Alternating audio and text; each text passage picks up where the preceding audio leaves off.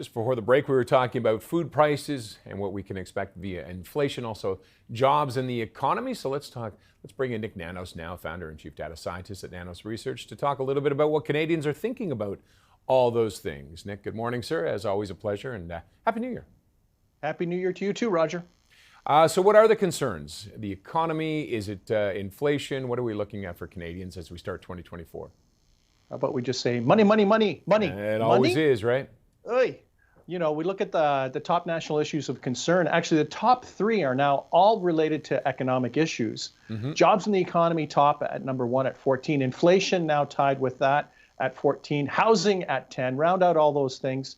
Roger, you got basically 4 out of every 10 Canadians are clearly focused on pocketbook issues. Healthcare still comes in at 8, tied with the environment.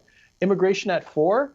And you know, people can say whatever they want. People are also saying change the prime minister, 3%, war, and debt. But, you know, Roger, clearly 2024 is going to be about dollars and cents for a significant proportion of Canadians. Although you can see that inflation number looks like it's easing a little bit, the fears for that.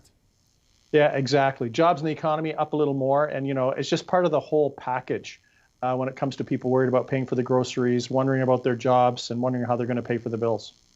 Let's talk a little bit more about immigration, the targets for the upcoming year. Views are changing on that. Makes for a delicate balance for politicians, doesn't it? Yeah, Roger, that you're such a diplomat, Roger. A delicate balance for politicians. You mean they're in the hot spot?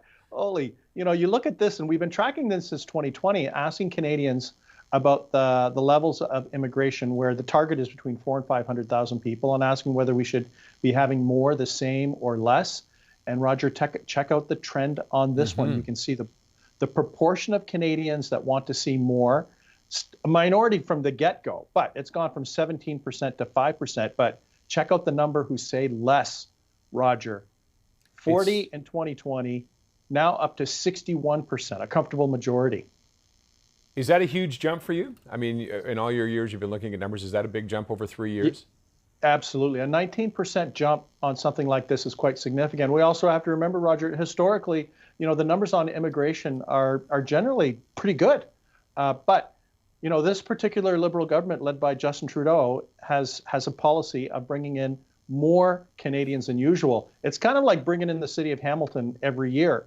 And so what we're seeing is a government that's decided that it's in the best interest of the economy and the country to bring in more new Canadians. And it's a little higher than what we've historically seen in the last 20 years. And I think as a result, the appetite is starting to diminish as people worry about those things. We talked about housing and just paying for the bills and jobs. Well, let's see how it translates into support for the federal parties. What are we looking at for them?